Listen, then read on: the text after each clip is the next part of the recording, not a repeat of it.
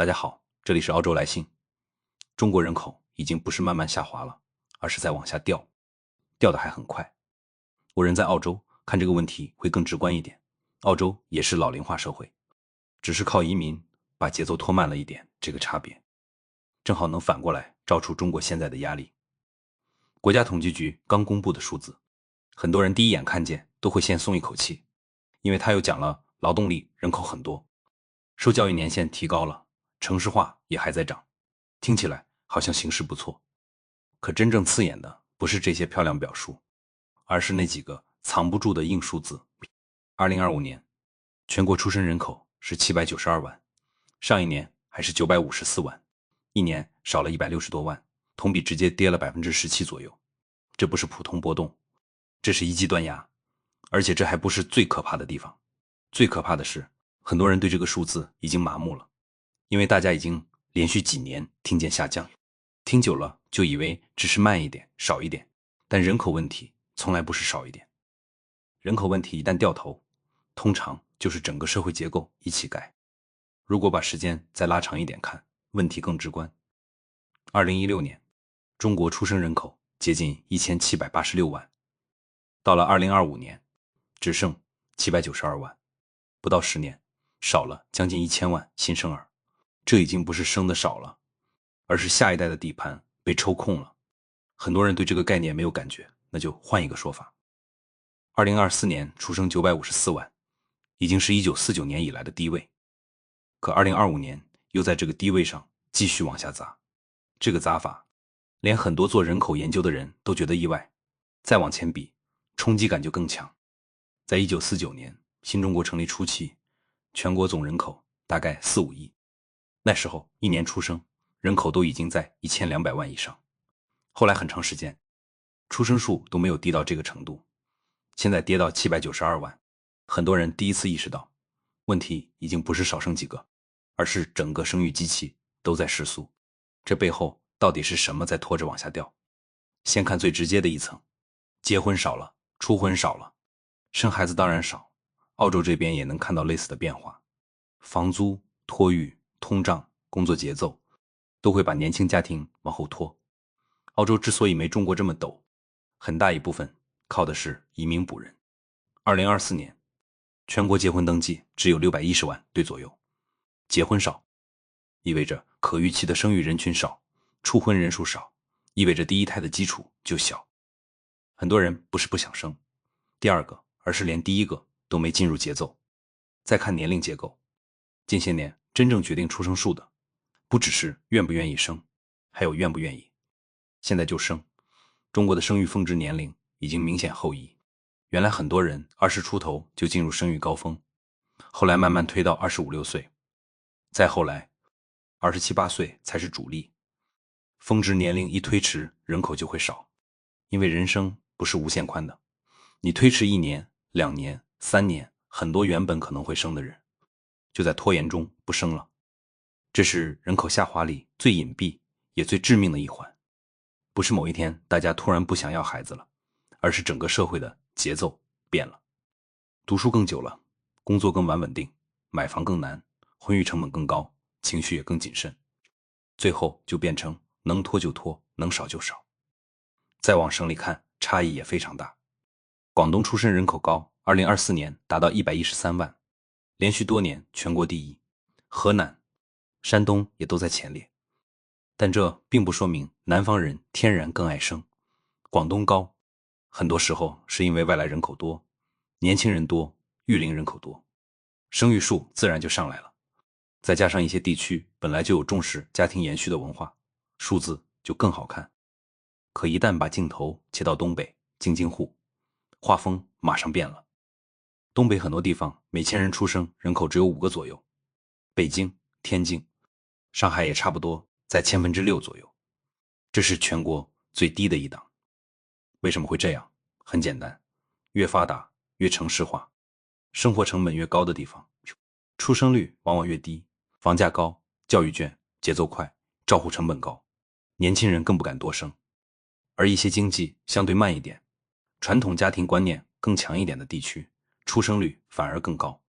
上海就是一个特别典型的样本，它的总和生育率已经低到非常危险的程度，有些统计甚至已经接近 0.6， 这是什么概念？接近世界最低的一档。如果把上海单独拿出来看，它几乎可以算是全球最不愿意生孩子的超级城市之一。而且这不是纸面数字，现实里已经能看见很多地方幼儿园关门，小学关门，招生越来越难，不是学校想缩编，而是孩子真的不够了。所以今天讨论中国人口危机，不能只盯着今年少生了多少，还要看这些数字为什么会走到今天。还有一个细节很重要，官方这次公布数据的时候，表面上还在强调劳动力很多，老年人口多，城市化继续提高。这种写法其实就是典型的尽量往稳处讲，因为真正难看的不只是出生少，而是出生少到已经很难靠自然修复自己。你如果不把这个问题讲清楚，很多人就会一直以为明年回一点，后年再回一点，事情就过去了。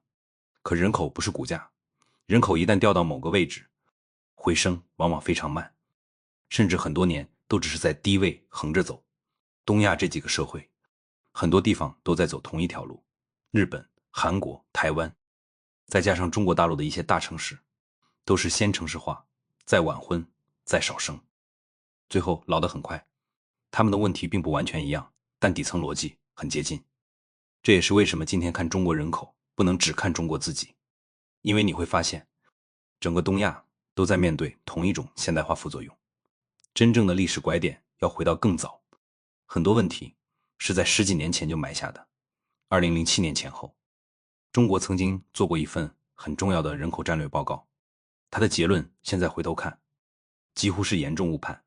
那份报告当时认为中国总和生育率大概还能长期维持在 1.83 左右，还预测2010年人口13.6亿，2020年14.5亿，2033年甚至回到15亿。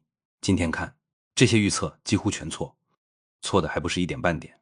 问题不只是模型不准，更关键的是做判断的人本身就站在旧政策体系里，部门利益和判断方向绑在一起，结果就很容易高估稳定性，低估下滑速度。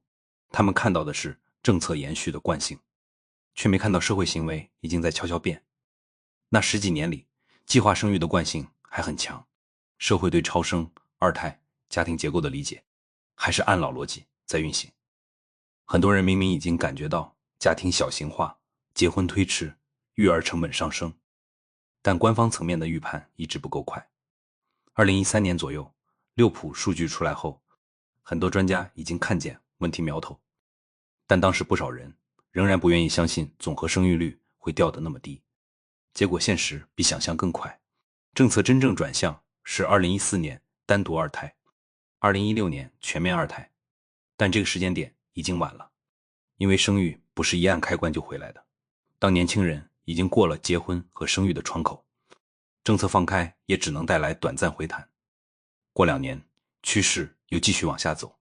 所以今天再回头看，中国人口危机不是突然发生的，它是被长期误判、长期拖延、长期低估，一步步推到今天的。如果只看今年出生792万，你可能会觉得虽然少，但还没到彻底失控。可如果把未来几十年的模型摊开，就知道问题有多大。清华大学和西南财经大学曾经做过一份人口预测研究，他讨论到2025年到2100年的长期走势。这类研究最大的价值不是吓人，而是把结构问题讲清楚。他们做了3个模型，一个是中等生育率，一个是低生育率，一个是相对高一点的生育率。中等模型假设总和生育率大约 1.05， 低生育模型是假设 0.72， 高生育模型也不过是 1.31。 注意这里的高其实也不高，放到今天的国际比较里，也就是偏日本式的水平。按中等模型算，到21000年中国人口会降到 4.6 亿左右。按低生育模型算，甚至可能只有 3.2 亿左右。按高生育模型算，也就 5.9 亿左右。不管哪一种，人口都在明显缩水，差别只是缩水的快一点还是慢一点。这意味着什么？意味着中国赖以形成完整产业链的那个超大市场会被慢慢掏空。制造业不是只靠工厂，制造业靠的是工厂、工人、运输。城市消费、家庭需求、教育需求、住房需求，整个链条一起转。中国制造能做大，靠的就是超大人口规模。内部有市场，外部能出海。先在国内把供应链磨出来，再带着规模优势出去竞争，这才是过去几十年最重要的底层支撑之一。可如果人口一路掉，市场就会变小，市场一变小，产业链就会慢慢失去厚度。到那时候，很多事情就不是技术问题，而是人口问题。所以人口危机真正危险的地方，不只是老年人变多，而是年轻人变少，消费者变少，纳税人变少，兵源变少，创业者变少，创新者也变少，最后整个社会都会进入一种低温、低速、低活力状态。这也是为什么老龄化不能只看比例，还要看速度。比例慢慢升，社会还能调整，比如慢慢提高退休年龄，慢慢扩充养老体系，慢慢调整医疗和财政。但如果速度太快，所有系统都会被挤压。中国现在已经进入深度老龄化，日本更早，韩国更快，澳洲也一样。虽然因为移民缓冲，老龄化没那么急，但它也早就进入深度老龄化社会。澳洲的情况说明了一件事，现代发达社会都躲不开老龄化，差别只在于能不能靠移民和政策把它拖慢一点。你再看抚养比就更直观。现在中国的抚养压力还没有到最夸张的时候，但按照长期模型推演，到中等生育率情景下，未来抚养比可能冲到 85% 左右，低生育率情景下甚至可能超过 125%。 这意味着什么？就是一个劳动人口要养活不止一个非劳动人口，老人、孩子、退休者、失能者、照护需求全部堆在一起。这不是普通财政压力，这是整个社会运转方式的压力。澳洲在这件事上给中国最现实的提醒，不是他也老了，而是他知道自己老了，所以一直在用移民、财政和家庭政策去拖慢。中国现在难就难在人口基数已经开始掉，年轻人本身也在变少，所以更不能只靠一句补贴就想把问题翻过去。